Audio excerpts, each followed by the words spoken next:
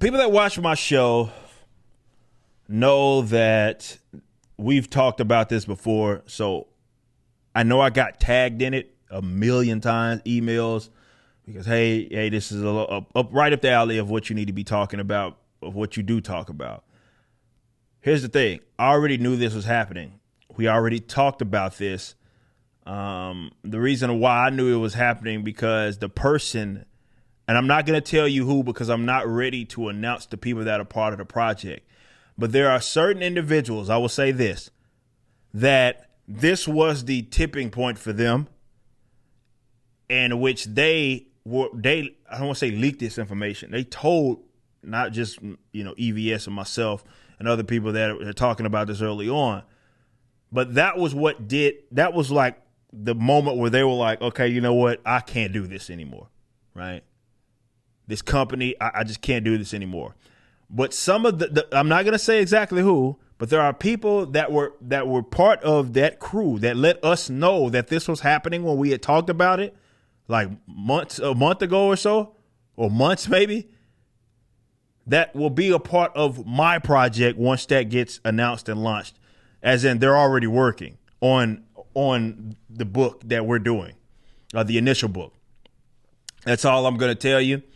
I'm not going to give you any more information until it's time. But for those of you that don't know, as covered by IGN, John Kent is now bisexual. Now, for those of you that don't know, John Kent is now the Superman. And yeah, no longer just seen as little Superboy or son of Superman. He is the Superman now. And now he is homosexual. Well, bisexual, I guess, because you can't erase. You can't erase. Well, yeah, you can. You can just pull an Iceman, I guess. This is not a serious company.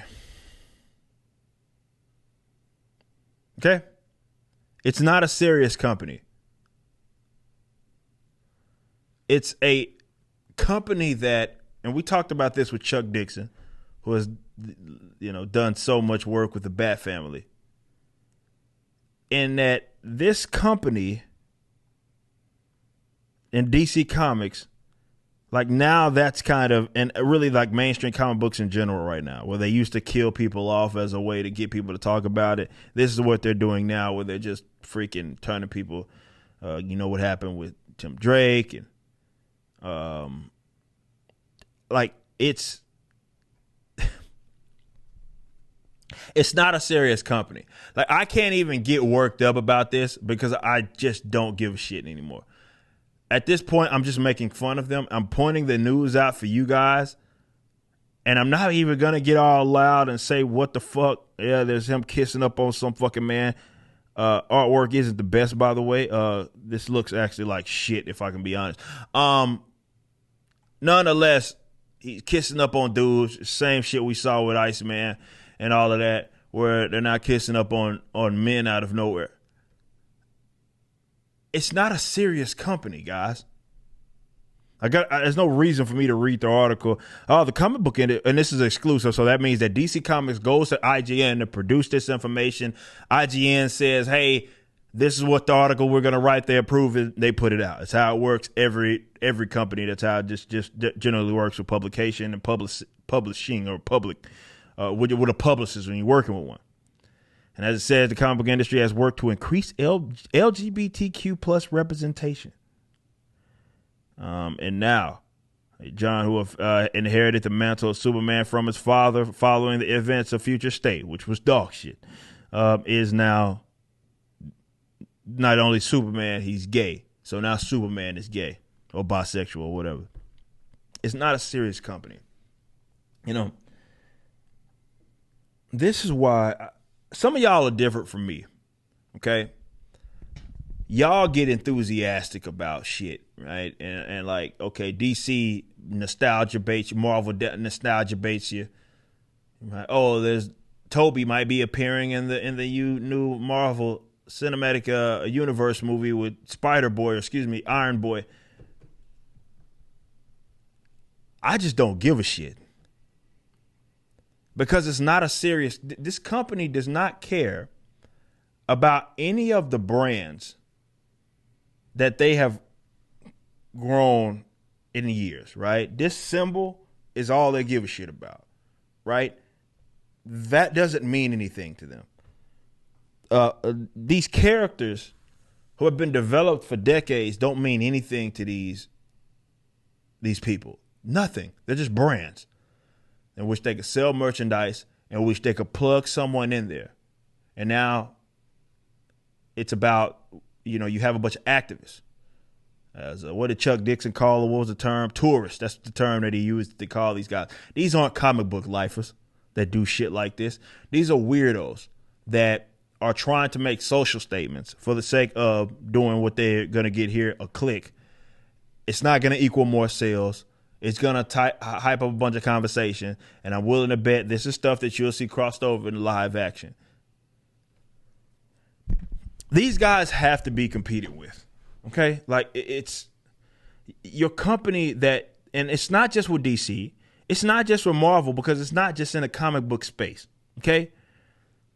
They suck. They don't care. You might care. They don't care. The people that work for these companies don't care. They're now tied to mega corporate entities. They just simply don't care. To them, it's just a platform to make social statements. And to the company itself, it's just about selling merchandise. The other shit, is what it is. And it's usually going to be dead on arrival. These people have to be competed with. And by competed with, I say this many times because I don't want people to get it confused. Okay? My direct competition is with them. Okay?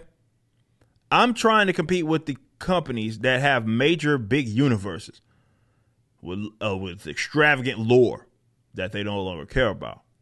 That's my competition, not with the guy that has one comic book. That's not my competition. My competition is with them. They have to be fucking competed with. They have to be replaced. And we have to concede that the brands that we've grown to love are no more. Those are gone, right? Buy back issues, get you some old shit that you can maybe find and call it a day. Don't treat this as canon, because I ain't treating it as canon. But there's no sense in continuously looking forward to something in the future that they're going to put out, because it's dead on arrival. A lot of people get enthusiastic, get asked all the time, email, hey, there's this new crossover event. How you feel about it, dog? I haven't had a pull list for over a year. I don't care. I legit don't care. And now that I'm entering into space, they are my direct competition. I simply don't care. Like, I'm not even buying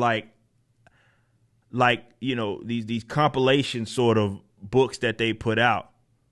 Like, I think the last one I got was like one of the official Marvel encyclopedias.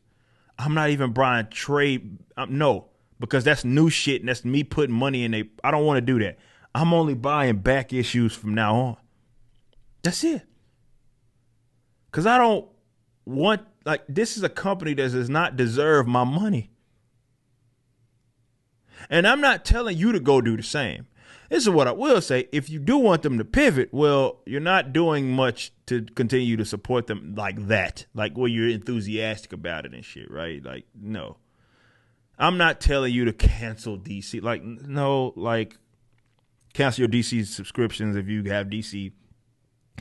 I'm not telling you to do any of that. No, I'm just saying that there has to be a creative people that come through and compete with them directly, as we are going to attempt to do. And then we have to do something to try to grab people away from that shit and replace them. Because right now, we know, manga is what a lot of people, like the comic book style that a lot of people have went to, because DC and Marvel is dog shit. But there is something unique about the American culture and American comic book culture that is just, you're not going to find in every given thing, like in a manga or something like that. 49% is my rule. 51%, little over half of your focus, drive, effort, monies, investment, whatever, going towards people that don't fucking hate you. That applies to not just comic books, but to every other industry. 49%. If you just have to give money to these people, just give a little under half. That's all I ask. And then we'll start to change the tide. But DC is not a serious company. It's a company that has hold of a bunch of brands that you guys have grown up on, we have grown up on, that they still have control of, and everything that they sell is based upon retaining or attempting to retain, your dollar, which unfortunately they still do in some cases, your monies off of the nostalgia, while also destroying that character and deconstructing that character or groups of characters in the process, because you have activists who are now in control of these guys that work not only in the suits, but of course the writers and all of that. This is what they do purposefully, right? There's no coincidence why they do this to these characters. It's not a serious company. It's not even something worth getting worked up about. You laugh at them for doing it as a gimmick because it's not going to sell books. But it ain't nothing about getting worked up over. These guys are fucking jokesters. They're not a serious company.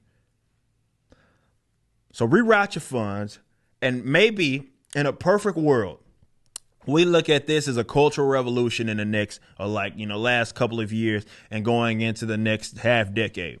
And we look at that as a point in human history where the culture made these guys shift. So maybe we get to a point to where these companies die off. I purchase fucking Batman off of these characters and now I own Batman. I'm not saying that's going to happen, but you get what it is that I'm saying. There could be an instance where as these alternatives start to grow and compete with them, right? It's not about just being an alternative. It's about being a competitive one and a good one, more importantly. Just putting out shit work and just calling yourself an alternative isn't good enough. It needs to be packaged well, it needs to be presented well, and it needs to be the cream of the crop. But if we can get that and those start to catch on, and all these resources that people fund, all these people that we got in like Liberty circles that have all this goddamn money but continue to give money to people that hate them, maybe they reroute those funds to those sorts of alternatives. And when those alternatives become culturally iconic. Well, see, these guys then have to look at you or look at their audience and say, we probably need to pivot because this old social justice bullshit ain't really what it is anymore. Okay? Now, I'm not saying that's what they're going to do because they love to double down. So they could take it all the way down to the tank. And again, I just purchased the right for pennies of the dollars. That'd be awesome. Fantastic. But they're not a serious company. And this is just yet another example of. I'm not surprised because I knew I had this information for months, and we had talked about it on the show. I know who there's people that are part of that project. I'm not going to tell you what specific part of it, but they were part of this, and this is what did it for them as workers for DC. And they're like, I don't want to do this shit anymore. That's fine. I'll hire you and I'll pay you better too. It's just not a serious company. Just continue. DC stands for dead company. It's a dead company. It's just don't take them serious. Laugh at them. You just watched a clip from my podcast, For Canon's Sake. Catch us live at 12 p.m. throughout the week over at youtube.com/YoungRipper59 and follow us over at odyssey.com/@YoungRipper59. If you want to watch the entire video cast after the show is over, just be sure to become a member on the YouTube channel. Of course, the full audio portion of the podcast is available for free on all major digital platforms, or just visit forcanonsake.com.